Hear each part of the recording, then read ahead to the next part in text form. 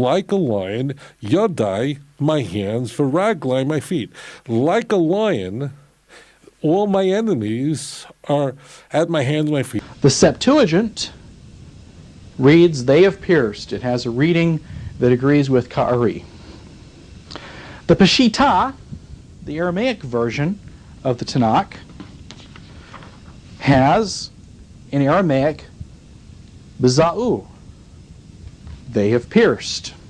Now the JPS is like lions, but actually it's just singular, like a lion, my hands and my feet. And so what is the difference actually, if we're going to be looking at the Hebrew, what is the difference between they pierced and like a lion? The reason this is such a passionate debate is because if you read it how most Christians do, and most scholars do, spoiler alert, it does make it look like Jesus is fulfilling the prophecy from Psalm 22.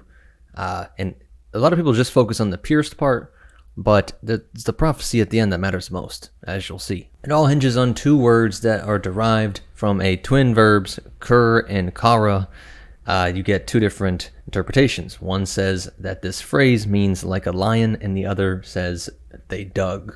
I'm pulling from a ton of different sources here. Everything's going to be in the description, but let's hop in. One of the best things to start off is just look at this great scholarly paper. In the opening, we get an explanation of how it all hinges on these two letters, vav and yod. The difference between a vav and a yud, right? Only, the tip of a yud. A couple of millimeters makes a big difference, right? Exactly. Just the vav in the end. Is it a vav or a yud? You can see it's just a little bit more of a line here to go from a yod to a vav. I kind of come to the same conclusion. Quote, having revisited the translation of Psalm 22:16 in light of recent evidence from the Dead Sea Scrolls, we see that pierced remains the best possible interpretation. So at least hit that like button. But seriously, I want to steel man both sides here. There are some amazing points made by Rabbi Singer, even if I think at the end the traditional interpretation still is the most solid. This video is an excellent source, and it lays out 5 main objections. The worst case interpretation is that the Christians corrupted the original text on purpose just to make it look like it's talking about Jesus. Ari means a lion. So Kari, the prefix, means like a lion,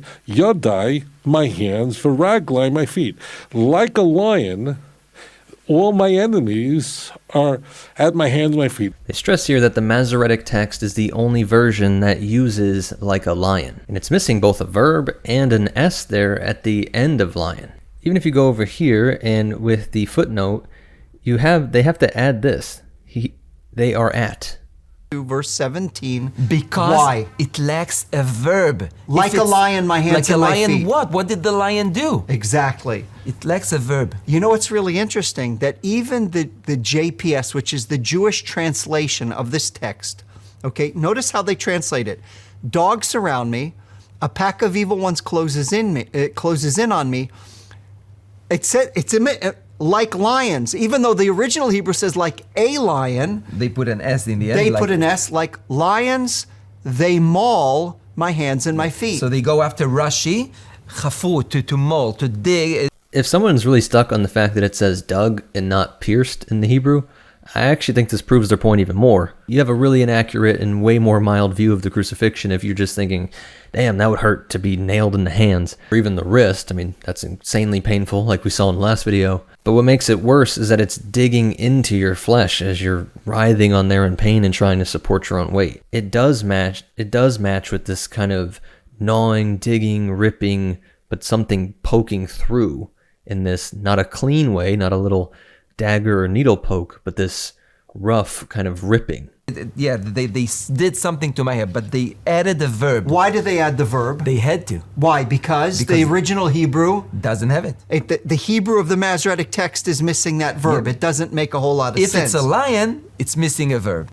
Because if you just read it straight, it just says, like a lion, my hands and feet. And that's going to be a major point for why that doesn't seem to make as much sense. And the Aramaic version of the Tanakh, which is the language Jesus spoke, has pierced. That's what started all this in the first place, Jesus supposedly saying in Aramaic, Eli, Eli, lama sabachthani. That's Aramaic, not Hebrew or Greek. There are even parts of the Tanakh that are written in Aramaic. And we have Targum, which were originally spoken translations of the Hebrew Bible, as Aramaic was the common tongue, and Hebrew was more for formal stuff like school and worship. It's not exactly the same, but think of it how like Latin stays around. Even some books I've read that are in like the 1900s, people would just leave whole sections in Latin expecting that other scholars reading this book would be proficient in reading Latin. And of course, Catholic Latin Mass would stick around even in countries where French or German or English was the native tongue. So back then, the common tongue was Aramaic, but the more formal language was Hebrew. Most people agree Jesus could read Hebrew, but he would have heard lots of Targum, and would be doing his own preaching in Aramaic, and the Gospels were written in Greek, which is the language of the Septuagint. I'm not sure why the Christians really don't drill in on this more. They get dragged into Hebrew language debates and focusing on the later Masoretic texts. And if the lion side had anything this strong on their side, they would see it as obvious proof. Imagine if more examples of the more commonly used versions said like a lion, and it was the Christians who were pointing to way later texts saying pierced. If you think about it like that, I think you'll see why the side arguing that it says like a lion is really a stretch. The Septuagint reads, "They have pierced." It has a reading that agrees with Ka'ari. The Peshitta, the Aramaic version of the Tanakh, has in Aramaic, Biza'u. They have pierced. But they need to do this stretch because they want to believe that it's corrupted by Christians. And one of the better evidences on the possible corruption of the words comes from the Greek Minor Prophet scroll from Nahar Hevar, which is said to be from the 1st century BC to the 1st century CE. But it is believed that this was from Jewish fugitives fleeing from Roman persecution. So you can't say this version was corrupted to force in a prophecy of Jesus. They found in Nahal Hever, Dead Sea Scrolls, Which is the Qumran. they found a text. I realize that it's a bit argued whether, what does it read karu or ka'ari? Is it a verb? But it wasn't corrupted by Christians. correct. That's for sure. Correct. So we actually have ancient Hebrew support that it wasn't corrupted.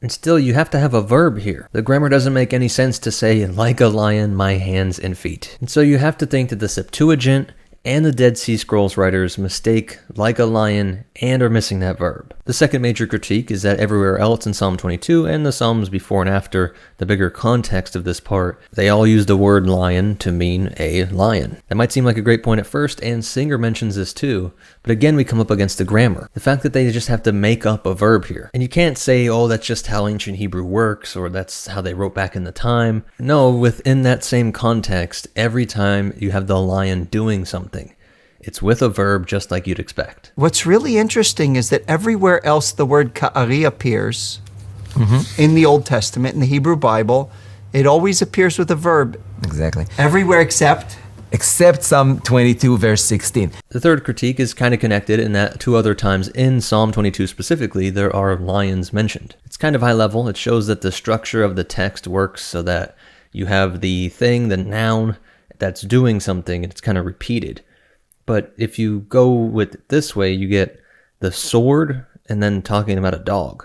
It's like, what did the sword do? they have to be parallel verses. parallel, yeah. And so here we actually see the request has no lion, which means the original reading of verse 16 has no lion. And not only that, it doesn't have a lion, it has a sword. So what's the parallel for a sword? You need a verb that has to deal with Exactly. piercing. And so the Christian interpretation of having it pierced makes it more sense with that structure because the sword pierced. And they point out that even some prominent Jewish scholars do see this issue with the structure. The fourth common critique is that the New Testament never quotes this verse, and they would have definitely cited this as proof of Jesus fulfilling a prophecy. It's because of Rabbi Singer saying this that I decided to make this video, because I really thought that was the best response yet. Do you really believe that Paul, whoever wrote Matthew, Mark, Luke, and John, none of them mention that verse anywhere in the Christian Bible? Mm-mm. Do you think for a second, if Psalm 22 said they pierced my feet, that no Christian author thought that was important enough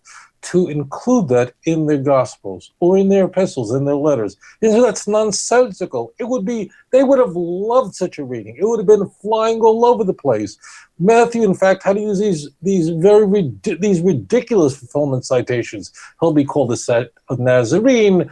Behold, a virgin will conceive. That hit me. I was like, yeah, that's true. They always point out things like Jesus did this so that he could fulfill, X. They do this explicitly several times throughout the Gospels and other parts of the New Testament. So it is really odd that so many Christians see this connection to Psalm 22 as being so profound and kind of obvious, and yet none of the New Testament writers thought to point this out explicitly. Again, they do point out so many other prophecies very explicitly. I think this is a great point, and you can kind of tell because these guys in the video, they don't spend a lot of time on this point. I didn't think they had a really good response. They say, of course it's being referenced because Jesus says it. He says the opening line, so he's evoking it. There you go. And it's like, no, that's really misleading. That's, of course, not what they mean. The critique is that the New Testament writers say, and thus Jesus did this to fulfill this. So why would you not get this for such a major point? And really it leaves it open to the like a lion translation, because let's say that is how the original text was. It always said, like a lion, my hands and feet. It doesn't really matter for the point of Jesus evoking this on the cross. There's still a ton of other things here that would have seemed similar to Jesus' plight at that moment. Obviously, that the character in Psalm 22, most think it's David. It's someone who's being publicly humiliated. Most would think that he's forsaken by God, but the person knows that God has his back, and that ultimately he'll pull through in the end. It's not that weird if this one part mentions the lions at his hands and feet, as there's dogs and oxes mentioned, all kinds of other things that don't apply. And so just like those, the lion wouldn't literally apply if it was in the original version, but just that Jesus is saying to have faith like the psalmist. Know that God will still be there even in what looks like a hopeless situation. But I still think Singer is also being misleading with the lion reading. He always reads it by adding the extra words to avoid the awkward, like a lion, my hands and feet. In all the clips I've seen of him doing this, he never acknowledges that he's doing that. Ari means a lion. So Kari, the prefix, means like a lion. Yadai, my hands. Varaglai, my feet. Like a lion, all my enemies are at my hands and my feet. While still giving us plenty of detail on Hebrew grammar and spelling and how this could have been a scribal issue. So I hate to say it, but I do think he's being a little deceptive here on purpose. Perhaps because of his overzealousness, his annoyance that Christians are trying to shoehorn Jesus into Psalm 22, or just a general annoyance that they're trying to tie everything in the Old Testament to Jesus. In his eyes, just perverting his religion, manipulating everyone and misleading them on a far larger scale than anything Tovia Singer's doing here. So I can see why he feels that, but still, in this particular instance, I do think he's being misleading. I really think the better critique is just why Christians didn't jump on this sooner. In the last video I mentioned how even G.K. Chesterton in 1908 wasn't making this connection. Chesterton makes the point I think a lot of atheists wrongly jump on as well, taking Jesus' cry on its face, thinking that he really did feel forsaken by God the Father, and try to spin this to appeal to the atheist or cynical people, saying Jesus was the only God character to ever become so like man that he could even doubt God for a moment too. So you can't say it's some radical, Jewish, anti-Christian, ridiculous spin. Almost all Christians, perhaps even those who lived with Christ and witnessed the crucifixion, might not have made that connection. You have no one drawing that explicit connection in the Gospels or any books in the New Testament, and some of the most popular apologists nearly 2,000 years later still didn't draw that connection. So you can't act like Jewish interests are trying to cover it up, but also I think they're being misleading by acting like this is some Christian conspiracy that some scribe purposely changed it.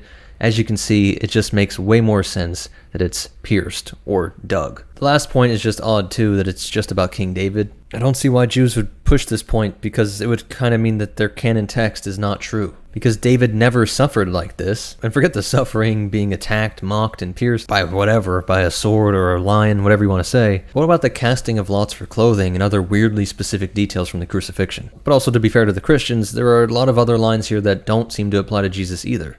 And what's really funny is that in this debate over grammar and syntax and words and little lines and dots, everybody kind of forgets the end is the most impactful part here. The rest of this doesn't apply to David either, and it's clearly a prophecy of someone in the future. And the weirdly specific parts like casting lots for the clothing do match up with the crucifixion. Jesus might have been evoking Psalm 22 just for the parts that talk about not losing faith, even in this moment that seems like you're just utterly lost and abandoned, forsaken. And then when the person hearing this goes through Psalm 22 in their mind, or later with some text, they end up at the end. That shows this has to be about someone in the future. All the ends of the earth shall remember and turn to the Lord, and all the families of the nations shall worship before you. For kingship belongs to the Lord, and he rules over the nations. All the prosperous of the earth eat and worship. Before him shall bow all who go down to the dust, even the ones who could not keep himself alive. Posterity shall serve him. It shall be told of the Lord to the coming generation. They shall come and proclaim his righteousness to a people yet unborn, that he has done it. In the Gospels, you have Jesus stressing that he has to go through the crucifixion. This isn't what anybody expected the Messiah to do. All of his followers were shocked and confused by this, and yet he keeps promising that he has to do this. And they would have been devastated, feeling like the rug was pulled from under them. How could this be the Messiah? This doesn't make any sense. He's up there being humiliated and crucified, and even without the pierced line, you have a lot of parts that match up with the crucifixion. You have this focus on not losing faith, and something that Jesus has fulfilled, or at least the faith of Christianity has fulfilled. Judaism isn't trying to convert people, but Christianity is. For centuries, all of Europe saw their kings as under the Lord, under this Jesus. A strange and unexpected way for the kingship to rule over the nations. Something David never did. Again, if this has to be stressed more, it's about the future. It says, it shall be told of the Lord to the coming generation. This righteousness is being proclaimed to people yet unborn. People going out and preaching this story in the future, telling them that he has done it. Even under Rabbi Singer's interpretation, this makes way more sense. The history of Christianity that we all live with today matches this more than the story of King David. So I hope you understand this strangely complicated, but I think honestly really important debate on Psalm 22. Like I said here and before, when you fall for that atheist kind of trap, you go, Jesus thought he was forsaken, and then somebody hits you with the Psalm 22 being a prophecy kind of argument. I think that's pretty impressive. And I thought this whole like a lion interpretation was ultimately lame and kind of misleading and unimportant to the overall point that everything else in there still does point to Jesus more. Of course, let me know what you think down in the comments. Hit that like button, subscribe, all that good stuff. Comments for future videos or critiques here. I'll see you in the next one.